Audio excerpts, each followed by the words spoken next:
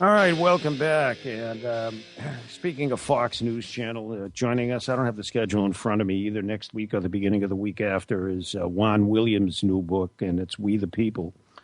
But joining us right now, a book intended for a lot of people, Sharon Burton is here. Her book is entitled Struggles, and it's published by Tate Publishing. You can go to tatepublishing.com, amazon.com, barnesandnoble.com to get a copy. I bid you good morning. Nice to have you with us, Sharon. Good morning. It's nice to be here. All right, the book. The book has kind of got a compelling title. Elaborate a little more on what it's about and why you wrote it. It's about the different struggles that I've gone through since the age of actually 9 years old, when I had a dream that I was standing in a bed of snakes across from my aunt's home, and I was calling out for help, and she said, go back into the bed of snakes. I never did understand that until before she passed away. And then as I got older, of course, one struggle after the other began to happen to me, the first of which, when I was in college, received a phone call from my mom asking us to come home because my brother had been shot and killed. And it just seemed like a plethora of struggles after that just spiraled out of control. And I decided to sit down and put it in book form, hoping that it could help someone know that you can go through struggles, that you can go through one after another and still come out without going into a fetal position in the corner somewhere. Yeah, that doesn't mean you're not scarred. Those scars always last. You deal with it. You deal with the loss of loved ones forever.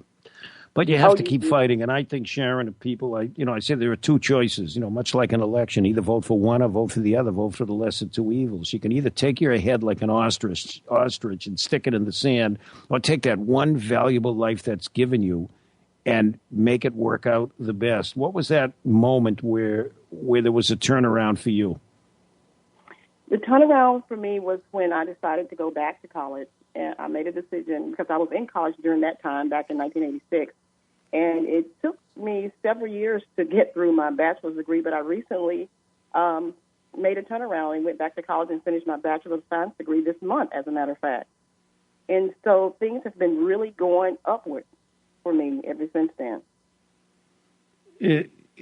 Have you based a lot of what you've been able to do in terms of overcoming these obstacles from a religious or a spiritual standpoint or mental toughness? There is no formula. One size doesn't fit all. What works for you doesn't necessarily work for anyone else. But how would you describe the motivating forces that turned your life around? I would have to say, to be honest with myself, I have to give God the credit, because I am a Christian. I do believe that there's a higher person than I am, because I know for a fact that I couldn't have gotten through all the things I've gone through without help beyond myself. When you wrote this book, was it a traumatic experience in a way of reliving those events that have occurred during your life? Were there times where you just said, I'm just not going to finish it, I'm just going to stop? As a matter of fact, that is true. My book actually sat on the burner for about 8 years before I completed it. I wrote about 3 chapters, put it in the attic, and would bring it back out and start it again. It was a process, and it took many years to actually get it published, to decide to get it published. If you were to define a demographic, people who should buy this book, please do. And is it for people who have gone through these experiences, who need reinforcement from you about how to deal with adversity, or is there a much broader message? I think that there is a broad message. I think this book, one size does fit all. It may not happen the way it happened to me, but I do believe that struggle speaks to everyone, because we all go through struggles. It may not be the same, but the audience, I truly believe, will be anyone that's dealt with struggles, going through struggles, or about to go through a struggle. So the demographic is huge. How did you go about writing this book? Kind of the mechanics of your cognitive process. Did you write up an outline first? I mean, I wrote my book in longhand. Don't ask me why. It just felt natural. Everybody has a different style. What was your style in writing this? Did you have it all set up, or did you just kind of go along and think, oh, I'm going to add this to it, and did this happen in this chronological basis? I like to be organized, so it started out chronologically. I started putting down dates and times events happened. And then I just began to put my thoughts down one morning, and then I would go back and put it in chronological order.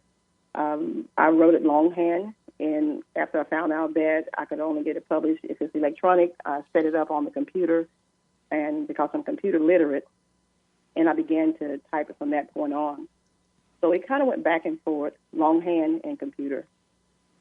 What kind of response have you gotten from the book? I'm always interested in responses that surprise you or educate you, because I've long said that readers who buy a book and read it learn something, but it's really, I found it very interesting, because writing your own book, you learn something, not only from going through the process, but from the feedback you get from other people. My book will be actually released this month on the 19th. So far, I've only gotten exclusive copies and only been able to share it with a few friends and staff at work. And the feedback has been tremendous. Most of the people that are telling me that they read it, they begin to cry all the way through the book. Some people say they laugh and cry. But the response so far has been pretty good locally. Who designed the cover on this? I'm looking at this. When I look at this cover, and we only have one, bang, we make a decision. I look at the cover and I say, this makes for an interesting book. Then you look a little deeper to see if it's worth buying. But impulse buying, the hook, if you don't get to people quickly, then it's not going to work. Exactly. I do believe that Tate Publishing is a wonderful publishing company, and they're doing everything they can to help unknown authors like myself become known. And it's been talk about my book becoming a documentary, which is very exciting, and I'm very excited about it.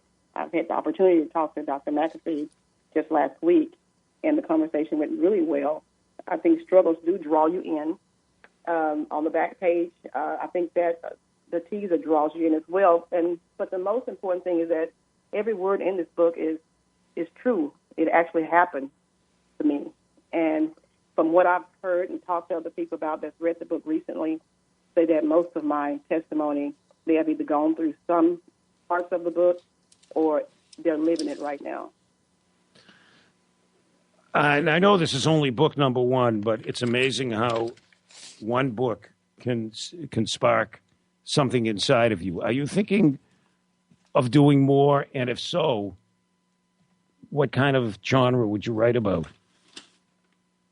My next book actually is in the workings, and it's basically about women. Broken girls become wounded women. But this is my second book. My first book was about children. Let the children come to me, inspired by Sunday school students that I was teaching many years ago. If you had advice to give to other would-be authors, what would that advice be? Because there are just millions of people are thinking that are writing their own book, and they just have to pull the trigger. And sometimes you get frustrated along the way. I used a tactic, so I would have suffered great embarrassment when my book came out and said, I'm going to write a book and a major publisher is going to pick it up. And I kind of stuck my foot in my mouth, but it just gave me the motivation to achieve the success I did, to avoid in my estimation, the humiliation of not completing it. Is there some advice you'd give? Yes, I would say be true to yourself. When you write your book, make sure that you know what type of genre that you're writing about. So far, mine's been inspirational, because so many wonderful things, so many terrible things have happened in my life, but then also some very great things have happened in my life. So I would say be true to yourself, and you have to work really hard. The book won't publish itself. You have to work your book like a business and just be encouraged. Do you read this? What type of books do you read for leisure? I like to read inspirational books. I like all types of genre, but especially inspirational. We've got about a minute and a half left. I'd like you to make a concluding statement, something that I haven't asked you during the course of the interview that you would like to answer. This is your shot to kind of capsulize it with the objective of telling people why they should buy this book. Got about 20 seconds. People should buy this book because I believe they will learn a lot. They will learn how to go through struggles and how to get past the struggle and have a happy life and be happy. Well done, Sharon Burton, The Book of Struggles, Tate Publishing. Thanks for joining us. Thank you. Bye-bye.